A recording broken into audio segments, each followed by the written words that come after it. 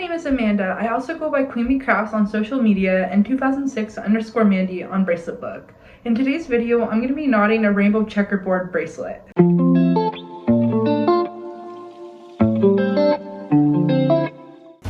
So I'm just going to apologize in advance. The camera angle on this is really shaky because 1, I knot on a clipboard, and 2, I put my phone on a embroidery holder, and so I put the embroidery holder underneath me so that I can get the perfect angle of me filming while I'm knotting, and so my camera can be really shaky like my phone, and so can the clipboard. For this video, I'm going to talk about how I got into bracelet making and my craft journey as a whole.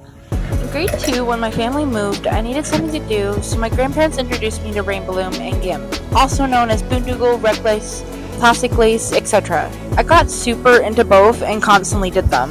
My creations were pretty basic because I was only in grade 2, but I eventually learned to make purses, charms, and even more intricate stuff, like crocheting with rain balloon. I always loved Claire Hair on YouTube and all of her rain balloon creations. Little did I realize she would also go on to inspire a lot of my current friendship bracelets. When my rain balloon phase mainly faded out, I started knitting in about grade 5. I started using a loom and making hats and blankets, but then I eventually learned how to use needles and do color changes and get pretty intricate patterns. I was pretty good at it, and I made myself a bunch of pillowcases and a blanket, which I still use and cherish to this day.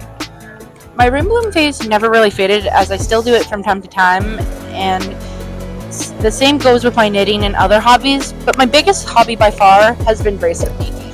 I'd always admired bracelet makers who sell the basic chevron bracelets with dream catches in the middle.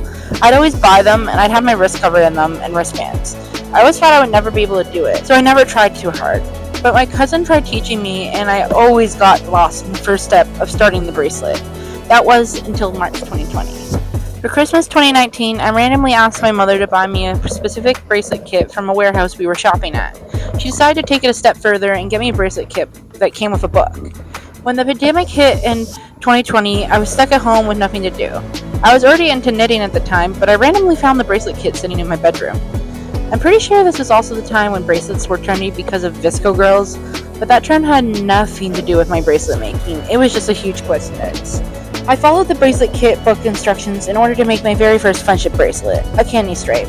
I still have it, and although it's not the best, I'd still consider decent for my first ever bracelet.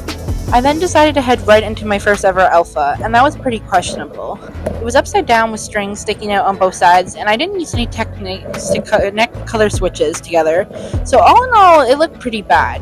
In both of my first 2 bracelets, I would say my knot tension was pretty good because there weren't any holes or gaps. And for a while I used Pinterest to find my patterns, but when I saw the bracelet book watermarks, I eventually decided to create an account on there. Throughout the rest of the pandemic, I continued making bracelets. If you want to see my journey from start until now, you can check out my bracelet book account at 2006_Mandy. I tend to post my photos chronologically on there, which allows me to see how much I progressed over the last 4 years. Through my experience of making bracelets for 4 years, I've come to learn that I by far prefer normals over alphas. I'm not shy of large projects, as I made plenty of 100+ string wall hangings and a starburst box that took a long time.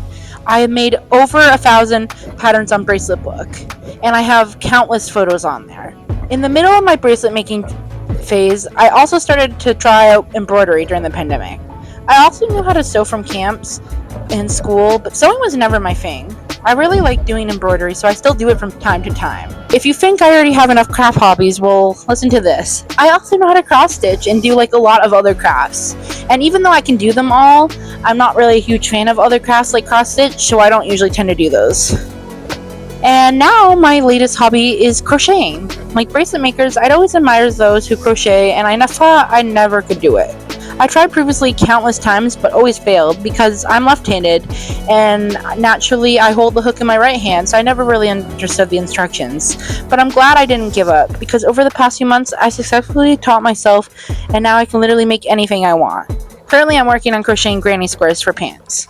I also know how to make beaded bracelets and the bead loom bracelets, as well as latch hook, and do a lot of other crafts. But since I'm done talking, I'm just going to speed up the rest of this video and then end it there. Thank you for watching and have a great day.